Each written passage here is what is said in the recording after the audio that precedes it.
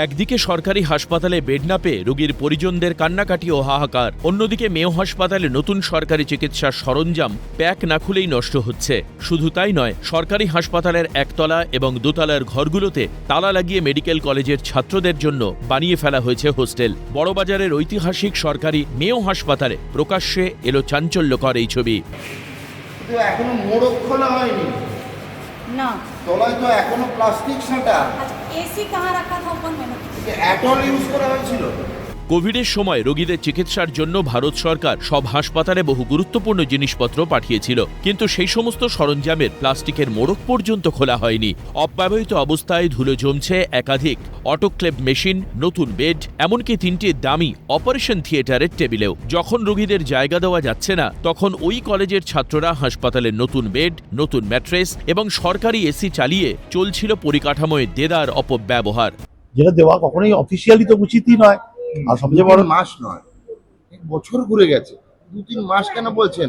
আমরা তো তদন্ত করেছি। তারপর ওটা তো আমি তো আপনি জানেন না বলতে পারেন, আপনি ভুল খবর দিতে পারেন। তখন যেটা বলেছিল এবারে এই যে আপনি তো একটু আগে আমাকে বললেন সাহেব যে আপনি জানেন না, এখন তখন যেটা না, বললেন না, আপনাকে জানিয়ে এসেছিল।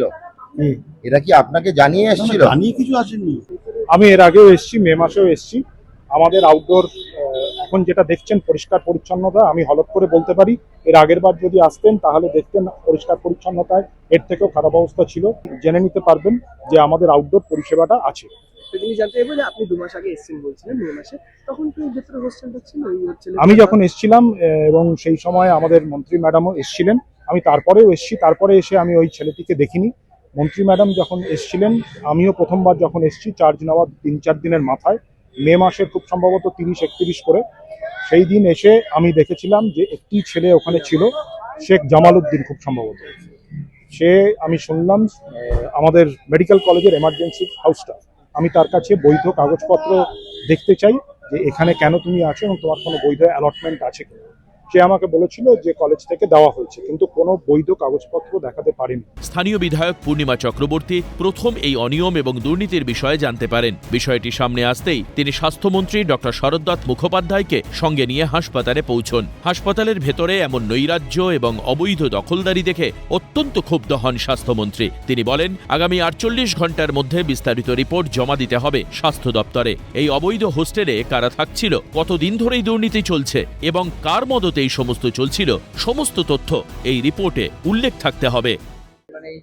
এবার কান্না পাচ্ছি, এতক্ষণ দেখছিলাম পরিষেবার জন্য জনগণ, পশ্চিমবঙ্গের নাগরিক বেড পায় না, আমরা বেড দিতে পারি না। আমার দৈন কালকে রাত্রিবেলা 3টে অব্দি বেড নিয়ে ঝগড়া হয়েছে। কেন? এখন আমার ফোন নাম্বার আমি সবাইকে দিয়ে দিয়েছি, ডিরেক্ট রুগীরা আমাকে পরিষেবার জন্য ফোন করছে। রাত্রে 3টে-4টে এরকম রোজ ঘুমোতে যাচ্ছি বেড দেওয়ার জন্য। আর এখানে এই হালত দেখুন যে বেডগুলো বক্স প্যাক করে রয়েছে, বক্স প্যাক সব কটা বেড। আর যে কটা বেড ওপরে খোলা ছিল পড়ুয়াদের দেওয়া হয়েছে, না হলে সেটাও খোলা না। ওখানে ঠিক যে কটা পড়ুয়া তারা এখান থেকে নতুন বেড, নতুন কট নিয়ে গিয়ে, নতুন ম্যাট্রেস নিয়ে গিয়ে থেকেছে। এবং এর জন্য এয়ার কন্ডিশনার সেটা রয়েছে, দেখতে পারলেন 10খানা এসি রাখানো আছে। তার মানে সরকার পুরোপুরি পয়সা খরচা করছে। এগুলো সব কোভিডের সময় মানে ভারত সরকার ঢুকিয়েছে সব তাদের কোভিড ওয়ার্ড করার জন্য। এখন বুঝতে পারছি পুরোটা ভয়ঙ্কর ছবি উঠে। ভয়ঙ্কর ভাবুন না। এই এটা তো আমার বিধানসভা। এই বিধানসভার আগের যিনি বিধায়ক ছিলেন তিনি একজন ডাক্তার আমলে একটা এত সুন্দর স্বাস্থ্য পরিষেবাকে শ্মশানে পরিণত করে গেছে, এবং গোটা বিষয়টা নিয়ে কিন্তু স্বাস্থ্যমন্ত্রী তথা রাজ্যের প্রতিমন্ত্রী এবং স্থানীয় বিধায়ক পূর্ণিমা চক্রবর্তী তিনি কিন্তু ক্ষোভ প্রকাশ করেন এবং গোটা বিষয়টা নিয়ে ইতিমধ্যেই স্বাস্থ্যমন্ত্রী তিনি কিন্তু 48 ঘন্টার মধ্যে এই মেডিকেল কলেজ কর্তৃপক্ষের কাছে রিপোর্ট তলব করেছেন এবং এর পাশাপাশি এবং গোটা বিষয় নিয়ে স্বাস্থ্য ভবনে বৈঠক করবেন। ক্যামেরায় জনি মন্ডলের সঙ্গে বিক্রান্ত রায়, ক্যালকাটা নিউজ, কলকাতা।